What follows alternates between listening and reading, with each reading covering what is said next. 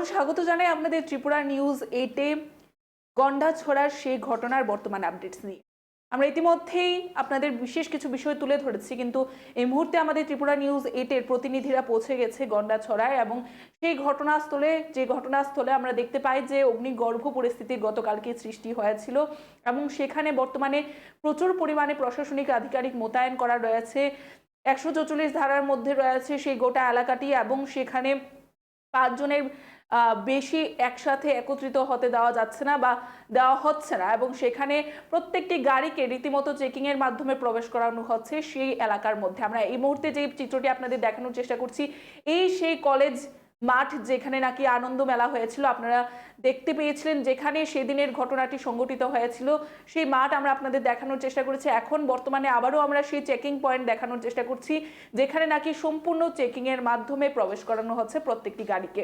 আরো কিছু বিষয় জানিয়ে রাখবো, আমরা দেখতে পাই গতকালকের ঘটনার পর সেখানে গিয়ে আমাদের প্রতিনিধিরা পৌঁছে সেখান থেকে যে ফুটেজ কালেক্ট করে বা সেখানে তারা যে বিষয়গুলো দেখতে পায়, আগুন লাগিয়ে দেওয়া হয় সেখানে পুলিশের গাড়িতেও এবং এখনো পর্যন্ত 4 জনকে গ্রেফতার করা হয়েছে যতটুকু খবর রয়েছে। এই গোটা ঘটনাকে কেন্দ্র করে যারা এর পিছনে জড়িত রয়েছে তার মধ্যে 4 জনকে গ্রেফতার করা হয়েছে।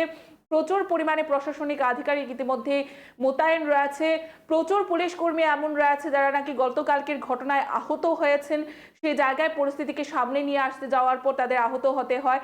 যারা তিপ্রাসাদের নিয়ে আমরা দেখতে পাই যে সর্বসময় তিপ্রাসাদের ইমোশনকে নিয়ে বা তিপ্রাসাদের জন্য সয়েল অফ সনকে নিয়ে তারা কাজ করছেন বা ভূমিপুত্রদের রক্ষার জন্য তারা কাজ করছেন, এমন বড় বড় বক্তব্য দিয়ে থাকেন এমন অনেক লিডার্সরা রয়েছেন। এখন আজকের এই ঘটনার পর তারা কি স্টেপ নিচ্ছেন সেটাও কিন্তু দেখার বিষয় রয়েছে। এখনো প্রায় অনেকটা ঘন্টা সেখানে অতিক্রান্ত হয়ে গেছে, প্রায় 12 ঘন্টার কাছাকাছি সেখানে হতে চলেছে এবং সেখানে দাঁড়িয়ে বলাই চলে যে নেতৃত্বরা বা যে বড় বড় লিডার্সরা তিপ্রাসাদের নিয়ে সমস্ত সময় সেখানে রাজনীতি খেলে যাচ্ছে, সেখানে তারা কতটুকু কাজ করছে, আজকের দিনে এই ঘটনার পর তারা কি স্টেপ নিয়েছে সেটা কিন্তু দেখার বিষয়। তার পাশাপাশি বর্তমানে থমথমে পরিস্থিতি বিরাজ করছে গোটা গন্ডাছড়া এলাকা জুড়ে এবং জগবন্ধু 33 KB এবং 30 ঘাট এলাকায় শোচনীয় অবস্থা রয়েছে, সেখানেও থমথমে এবং পরিস্থিতি বিরাজ করছে। 30 ঘাটের যে চিত্র রয়েছে তা আমরা আপনাদের দেখানোর চেষ্টা করেছি। এই মুহূর্তে আপনাদের দেখানোর চেষ্টা করছি গতকালকে হিংসাত্মক পরিস্থিতির পর কিভাবে স্কুটি, অটো গাড়ি থেকে শুরু করে মানুষের বাড়ি ঘর পুড়িয়ে দেওয়া হয়। তাছাড়াও আমরা যতটুকু জানতে পারি যে লুটপাট করা হয়েছে, মানুষের বাড়ি ঘরে ঢুকে জিনিসপত্র বের করে ফেলে দেওয়া হয়েছে, অনেক জিনিসপত্র নিয়ে যাওয়া হয়েছে এবং যে ঘটনা জানা যায় কালকে সন্ধ্যা 7টার সময় থেকে তা শুরু হয় এবং সে সম্পূর্ণ গন্ডগোল চলতে থাকে রাত 3টা পর্যন্ত। দুষ্কৃতীদের আক্রমণ, অভিযোগ পাল্টা অভিযোগ, আক্রমণ পাল্টা আক্রমণ, সেখানে দেখা যায় কে কাদের আক্রমণ করছে সেটা সম্পূর্ণ বোঝার পরিস্থিতি কারোরই ছিল না। অনেকে ছিল এরকম যারা নাকি নিজেদের প্রাণ বাঁচানোতে নিজেদের বাড়ির যে শৌচালয়গুলো রয়েছে সেখানে গিয়ে লুকিয়ে তাদের প্রাণ বাঁচানোর চেষ্টা করেছেন এবং অনেকে বাড়ি ঘরে ঢুকিয়ে যে গবাদি পশুরা রয়েছে অর্থাৎ গরু থেকে শুরু করে বিভিন্ন গবাদি পশুরা পালন যারা করতেন তাদের গরুকে পুড়িয়ে দেওয়া থেকে শুরু করে কুপিয়ে মেরে ফেলা, এ ধরনের চিত্র হয় এবং সেখানকার যারা স্থানীয় লোকজনরা রয়েছেন তারা বলছেন প্রায় 400 থেকে 500 জন একত্রিতভাবে এসে প্রত্যেকটি বাড়িতে সেখানে আক্রমণ চালায় এবং বাড়িঘর একেবারেই পুড়িয়ে ছাই করে দেয়। গতকালকের যে অগ্নিগর্ভ পরিস্থিতি, আমরা এই মুহূর্তে আমাদের প্রতিনিধি সেখানে উপস্থিত রয়েছে, আমরা আপনাদের দেখানোর চেষ্টা করছি এখনকার যে চিত্র সেখান থেকে কালেক্ট করা সে চিত্র কিন্তু আমরা একের পর এক আপনাদের দেখানোর চেষ্টা করছি। এবং রীতিমতো অনেক বাঙালি পরিবার রয়েছে যারা নাকি এ ধরনের ঘটনার পেছনে দায়ী ছিল না, যেটা না বললেই নয় যে অনেক পরিবার রয়েছে যারা এই ধরনের ঘটনা বা এই যে গোটা ঘটনাটি হয়েছে সেই বিষয়ে অনেকে জানেও না। যারা সংগঠিত করেছে তাদের জন্য অতি সত্বর গ্রেফতার করে শাস্তি প্রদান করা হয়, কিন্তু যারা দোষী সাব্যস্ত নয় তাদেরও যে এই ধরনের শিকার হতে হচ্ছে সেটা যেন অতি সত্বর যারা SDM রয়েছে, DMরা রয়েছে তারা যেন অতি সত্বর এই বিষয়গুলিকে দেখেন এবং গুজবে কান দেবেন না, কাউকে আমরা অনুরোধ রাখবো প্রত্যেকের কাছে। এবং তার পাশাপাশি প্রশাসনিক আধিকারিকরা যেন এই বিষয়গুলিকে দেখে অতি সত্বর ব্যবস্থা গ্রহণ করেন। যে পরিবারগুলি এই ঘটনার সাথে জড়িত নয় তাদেরও যে এই ধরনের ঘটনার শিকার হতে হয়েছে তাদেরকে বা তাদের পাশে যেন গিয়ে দাঁড়ায় রাজ্য সরকার, সেটাও আমাদের আবেদন থাকবে। সেখানকার একজন সাধারণ জনগণের সাথে আমরা কথা বলার চেষ্টা করেছি, আমাদের প্রতিনিধি সেখানে পৌঁছে যায় আজ সকালে, এবং তাদের চোখের যে জল, তাদের যে কষ্টের কথা, সেটা কিন্তু আমরা অবশ্যই আপনাদের দেখানোর চেষ্টা করব।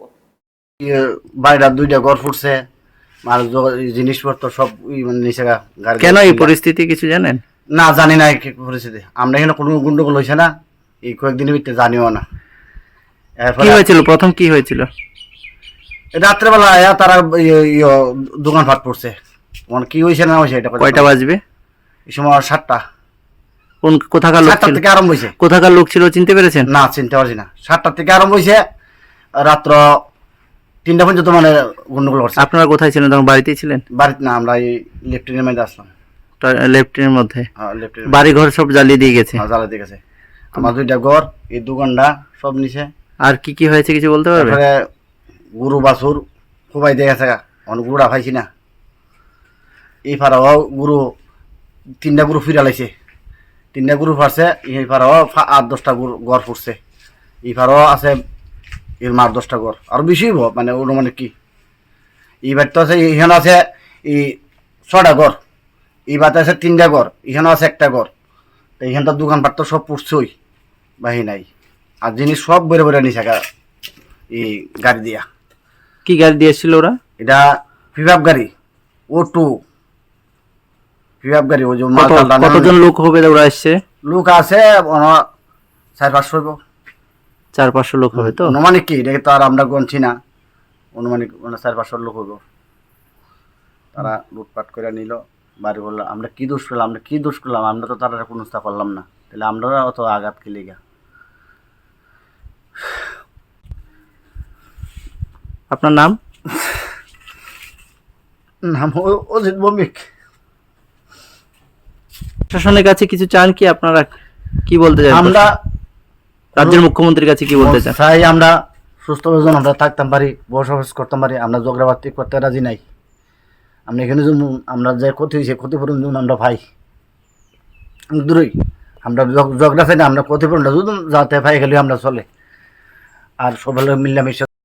আমরা আপনাদের দেখানোর চেষ্টা করেছি সেখানকার যারা সাধারণ জনগণেরা রয়েছে, তাদের যে দুঃখ দুর্দশার কাহিনী তারা তুলে ধরছেন, সেটা কিন্তু আমরা আপনাদের দেখানোর চেষ্টা করেছি, যেটা অনেকটাই বেদনাদায়ক বললেই চলে। এমন অনেক পরিবার রয়েছে যারা নাকি এই ঘটনার সাথে জড়িত নয়, কিন্তু তাদেরও তার বলি হতে হয়েছে বললেই চলে। এবং আজকের দিনে দাঁড়িয়ে আমরা আরও একটি খবর আপনাদের সামনে তুলে ধরার চেষ্টা করব। গোপন সূত্রের মাধ্যমে আমাদের কাছে খবর রয়েছে, এই ঘটনার সাথে যারা জড়িত রয়েছেন তাদের মধ্যে 4 জনকে ইতিমধ্যে গ্রেফতার করা হয়েছে। আমরা আবারও বলবো আপনাদের প্রত্যেকের উদ্দেশ্যে, গুজবে কান দেবেন না।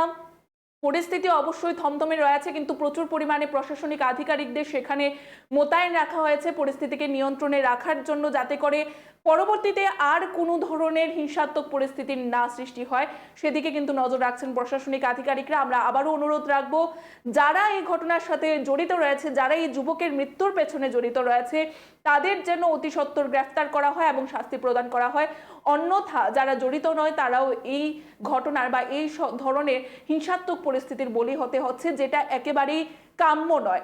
এবং যারা এই মুহূর্তে আমাদের লাইভটি দেখছেন তাদের কাছেও আমরা একটা বার্তা রাখবো, যে প্রত্যেকেই এই অ্যাওয়ারনেসটি ছড়িয়ে দেওয়ার চেষ্টা করবেন। আপনাদেরও বন্ধু বান্ধব রয়েছে, প্রত্যেকের মাধ্যমেই ছড়িয়ে দেওয়া প্রয়োজন, যে কোনো ধরনের গুজবে কান না দিয়ে, যাতে আমরা অনুরোধ রাখবো এসডিএম থেকে শুরু করে যারা ডিএম রয়েছেন সেখানকার, অর্থাৎ সেই জেলার সেই বিষয়গুলিকে যেন সঠিকভাবে তারা দেখেন এবং পরিস্থিতিকে নিয়ন্ত্রণে নিয়ে আসার জন্য ব্যবস্থা করেন, এবং আর যেন হিংসাত্মক পরিস্থিতির সৃষ্টি না হয় সেগুলির দিকে যেন নজর দেওয়া হয়। এবং তার পাশাপাশি যারা জড়িত রয়েছেন ঘটনার সাথে তাদের জন্য অতি সত্বর গ্রেফতার করা হয়, এবং আগামীতে যেন এই ধরনের হিংসাত্মক নজির আর না সৃষ্টি হয়, আমাদের যেন আবারও পূর্বেকার মতো পাহাড়ি বাঙালির সংঘর্ষ না দেখতে হয়, সেই ঘটনাটি যেন তারা সুনিশ্চিত করে।